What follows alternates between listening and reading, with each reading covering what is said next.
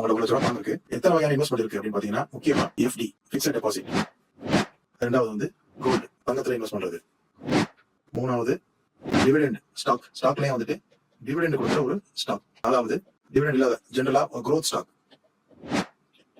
நிறைய வகையில பண்ணலாம். இது நம்ம இந்த ஸ்ட்ராட்டஜில இந்த ஒரு வியூகத்துல இப்படி நம்ம பண்றோம். அப்ப எனக்கு மாசம் 10,000 இருக்கு அப்படின்னா அதே தான் ஜனவரி, பிப்ரவரி, நவம்பர், டிசம்பர். இப்ப நான் வந்து FD, gold, dividend, growth stock 2,500 நீங்க போடுறீங்க. உங்களுடைய 10,000 நீங்க வந்து 10,000 மந்த்லி உங்களுடைய சேவிங்ஸ் அப்படின்னா அந்த 10,000ல ஈக்குவலா பிரிச்சோம் அப்படின்னா 2,500. இது ரொம்ப ரிஸ்கி அதிகம் இந்த ஸ்டாக். வேற வந்து இது வந்து டிவிடெண்ட் ஸ்டாக் வந்துட்டு கொஞ்சம் தான் ரிஸ்க். ஏன் அப்படின்னா growth ஸ்டாக் வந்து பயங்கரமா மேலே ஏறி இறங்கும்.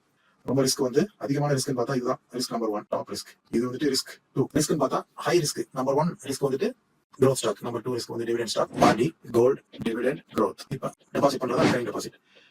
நம்ம மாசம் மாசம் பண்றது ரிப்பீட்டடா பண்றதுனால 10,000 நம்ம வச்சிருக்கிறது 2,500 மாசம் வந்து நம்ம வந்து பே பண்ண போறோம். அப்ப இது என்ன பண்ணிருப்பாங்க, இந்த ஃபண்ட்ல இந்த 1 கிராம் வந்துட்டு 100 பிரிச்சிருப்பாங்க. 1 கிராம் வந்து 100 பார்ட்டா பிரிப்பாங்க. 1 கிராம் 100 பிரிச்சா எத்தனை வரும்? 0.1 கிராம் வருமா? 0.1 இல்ல 0.01 gram. 100 parts 0.01 gram.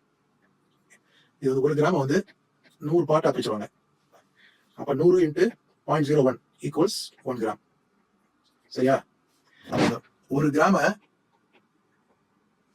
Divided into 100 parts, 1ல இருந்து 2ல இருந்து 100 யூனிட்டா பிரிச்சுவாங்க. ஒரு யூனிட் வந்து 0.01 கிராம்.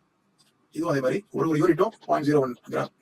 ஆனா இதுல என்ன நம்ம வந்துட்டு கணக்கு வச்சிருக்கோம் அப்படின்னா, அந்த ஒரு வருஷம் ஃபுல்லாவே கோல்டு விலை 10,000 அப்படின்னு கணக்கு வச்சிருக்கோம். நம்ம எங்கேயுமே கணக்கு மாத்தவே இல்லை. 10,000 ரூபாய் ஒரு கிராமுக்கு. ஆனா மார்க்கெட் ரேட் வந்து எப்பவுமே வந்து உங்களுக்கு தெரியும். அன்றாட வந்துட்டு கோல்டு வந்துட்டு விலை ஏறிட்டே இருக்கும், விலை இறங்கிட்டே இருக்கும். கணக்கு சொல்ல முடியாது. இவ்வளவு 1,000 ரூபாய் ஒரு கிராமுக்கு 1,000 ரூபாய் வேரி ஆகுது ஒவ்வொரு மாசத்துலயும். இருந்தாலும் ஒரு புரிதலுக்காக இந்த மாதிரி நம்ம கணக்கு போடுறோம். இப்போ வந்துட்டு எவ்வளவு ஆகும்?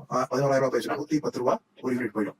இப்ப நம்ம வந்து விலை ஏறிச்சு விலை இறங்கிச்சு எதுவுமே பார்க்காம மாசம் மாசம் வந்து கண்ண இந்த மாதிரி வாங்கும்போது டிசம்பர் வரைக்கும் நீங்க வாங்கி வச்சுக்கலாம். பிரைஸ் ஃபிளக்சுவேஷன் கொஞ்சம் இருந்தா கூட ஆவரேஜா வந்து நீங்க வந்து ஒரு A2ல வந்துட்டு ஒரு 250ல இருந்து ஒரு 300 யூனிட்ஸ் வாங்குறதுக்கு நமக்கு வந்துட்டு வாய்ப்பு கிடைக்கும். 4வது இன்வெஸ்ட்மெண்ட் வந்து growth ஸ்டாக். எல்லாமே வந்து ஒரே கம்பெனில பண்ணணுமா, இல்ல எத்தனை ஸ்டாக்ல வந்து நம்ம பண்ணலாம்? எல்லாமே வந்து ஒரே செக்டாரா, ஒரே மாதிரி பிசினஸ் பண்ற கம்பெனிகளா, இல்ல வேற வேற பிசினஸ் பண்ற?